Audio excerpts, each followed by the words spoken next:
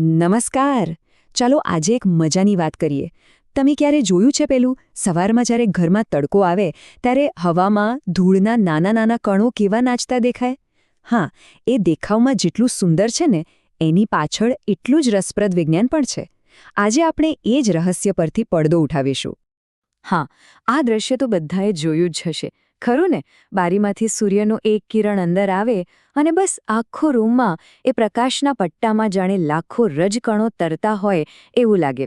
પણ અહીંયા એક મોટો સવાલ છે. આપણે તો જાણીએ છીએ કે પ્રકાશ પોતે દેખાતો નથી, તો પછી આપણને એનો આખો રસ્તો, આખો પટ્ટો કેમ દેખાય છે?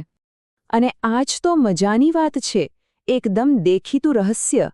જુઓ, સામાન્ય નિયમ શું છે કે આપણે પ્રકાશને નથી જોતા, આપણે એ વસ્તુઓને જોઈએ છીએ જેના પર પ્રકાશ અથડાઈને આપણી આંખો સુધી પાછો ફરે છે.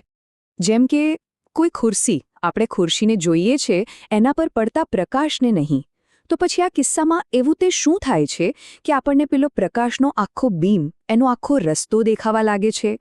તો આ આખા રહસ્યનો જવાબ છે ટિન્ડલ અસર. હા, આ એક વૈજ્ઞાનિક ઘટનાનું નામ છે અને એ જ આપણને સમજાવશે કે આવું કેમ થાય છે. ચાલો જાણીએ એના વિશે.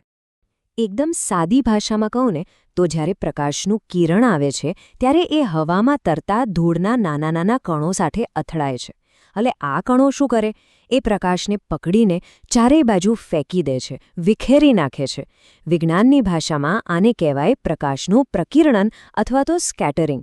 અને બસ આ જે વિખેરાયેલો પ્રકાશ છે ને એ જ આપણી આંખો સુધી પહોંચે છે અને આપણને આખો રસ્તો દેખાવા માંડે છે.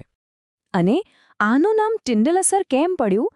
કારણ કે 19મી સદીના એક ભૌતિકશાસ્ત્રી હતા, જ્હોન ટિન્ડલ. એમણે જ આખી વાત સમજાવી હતી. એમણે કહ્યું કે આ વિખેરાયેલો પ્રકાશ આપણને એવા કણો બતાવે છે જે આપણે નરી આંખે જોઈ જ નથી શકતા.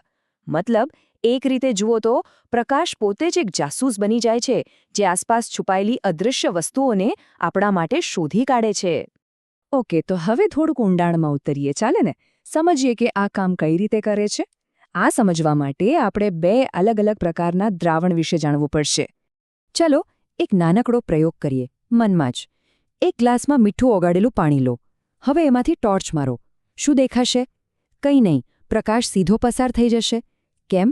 કારણ કે મીઠાના કણ બહુ જ નાના છે, દેખાય જ નહીં. પણ હવે બીજા ગ્લાસમાં પાણી લઈને એમાં ખાલી દૂધનો એક ટીપું નાખો અને હવે ટોર્ચ મારો. જોયું? પ્રકાશનો આખો રસ્તો ચોખ્ખો દેખાશે. આ જ છે કલીલી દ્રાવણ, કારણ કે દૂધના કણ મોટા હોય છે અને એ પ્રકાશને આમ તેમ વિખેરી નાખે છે. તો ચાલો આખી પ્રક્રિયાને 4 સ્ટેપમાં ફટાફટ સમજી લઈએ. સ્ટેપ 1, પ્રકાશનું કિરણ આવ્યું. સ્ટેપ 2, એ હવામાં તરતા કણો સાથે અથડાયું. સ્ટેપ 3, એ કણોએ પ્રકાશને બધી દિશામાં વિખેરી નાખ્યો. અને સ્ટેપ 4, આ વિખેરાયેલો પ્રકાશ આપણી આંખો સુધી પહોંચ્યો અને બસ આપણને કિરણ દેખાઈ ગયું. છે ને એકદમ સરળ? હવે એવું ના વિચારતા કે આ બધું તો ખાલી લેબમાં જ થાય. અરે, આ ટિન્ડલ અસર તો આપણી આસપાસ રોજબરોજની જિંદગીમાં સતત બનતી રહે છે. ચાલો હું તમને થોડા ઉદાહરણો આપું, કદાચ તમે ધ્યાન પણ નહીં આપ્યો હોય. શિયાળામાં કે ચોમાસામાં ધુમ્મસમાં ગાડી ચલાવવાનો અનુભવ તો હશે જ. જ્યારે તમે હેડલાઇટ ચાલુ કરો છો ત્યારે પ્રકાશના 2 લાંબા શેરડા હવામાં દેખાય છે, ખરું ને? બસ એ જ છે ટિન્ડલ અસર. ધુમ્મસ બીજું કંઈ નથી, પણ હવામાં લટકતા પાણીના કરોડો નાના નાના ટીપાં છે. હેડલાઇટનો પ્રકાશ આ ટીપા સાથે અથડાઈને વિખેરાય છે અને આપણને રસ્તો દેખાય છે. ક્યારેય વિચાર્યું છે કે દૂધ સફેદ અને અપારદર્શક કેમ હોય છે? પાણી જેવું પારદર્શક કેમ નહીં? જવાબ છે ટિન્ડલ અસર. દૂધની અંદર ફેટ અને પ્રોટીનના નાના નાના કણ તરતા હોય છે. એ એટલી બધી માત્રામાં પ્રકાશને વિખેરી નાખે છે કે પ્રકાશ આરપાર જઈ જ નથી શકતો અને એટલે જ દૂધ આપણને સફેદ દેખાય છે. અને હવે સૌથી મોટું, સૌથી ભવ્ય ઉદાહરણ, આપણું આકાશ. આકાશનો રંગ વાદળી કેમ છે? હા, તમે સાચું સમજ્યા. એની પાછળ પણ ટિન્ડલ અસર જ જવાબદાર છે. જ્યારે સૂર્યનો સફેદ પ્રકાશ પૃથ્વીના વાતાવરણમાં પ્રવેશે છે ત્યારે વાતાવરણના કણો વાદળી રંગને બીજા રંગો કરતાં સૌથી વધારે વિખેરી નાખે છે અને આ વિખેરાયેલો વાદળી રંગ ચારે બાજુ ફેલાઈ જાય છે, જેનાથી આપણને આખું આકાશ વાદળી દેખાય છે. મજાનું છે ને?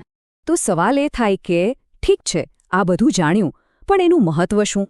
એનાથી શું ફેર પડે? તો સાંભળો, આ ફક્ત એક જાણવા જેવી વાત નથી. આ અસરના ઘણા પ્રેક્ટિકલ ઉપયોગો પણ છે જે આપણી જિંદગીમાં બહુ કામ આવે છે. જેમ કે લેબમાં વૈજ્ઞાનિકો કયું દ્રાવણ કલીલી છે અને કયું નથી એ જાણવા માટે આનો ઉપયોગ કરે છે. હવામાં કેટલું પ્રદૂષણ છે એ માપવા માટે પણ આ જ સિદ્ધાંત કામ લાગે છે. જેટલો પ્રકાશ વધારે વિખેરાય, સમજી લેવાનું કે હવામાં એટલા જ પ્રદૂષણના કણો વધારે છે. અરે, પાણી કેટલું શુદ્ધ છે તપાસવાથી માંડીને અમુક મેડિકલ ટેસ્ટમાં પણ ટિન્ડલ અસર બહુ જ ઉપયોગી સાબિત થાય છે. તો આખી વાતનો સાર શું છે? ટિન્ડલ અસર ખાલી કુદરતી ઘટના નથી, પણ એ એક સાધન છે. એક એવી બારી છે જે આપણને પ્રકાશની મદદથી એ દુનિયા બતાવે છે જે સામાન્ય રીતે અદૃશ્ય હોય છે. એ આપણને આપણી આસપાસ રહેલા અદૃશ્ય જગતને જોવાની શક્તિ આપે છે. તો હવે પછી જ્યારે પણ ઘરમાં પેલો સૂર્યપ્રકાશનો પટ્ટો જુઓ ત્યારે એક ક્ષણ માટે વિચારજો.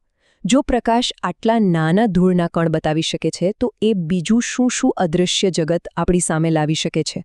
આપણા કોષોથી માંડીને બ્રહ્માંડના દૂરના તારાઓ સુધી પ્રકાશના કિરણમાં કેટલા રહસ્યો છુપાયેલા છે? આ વિચાર સાથે જ આજની વાત પૂરી કરીએ.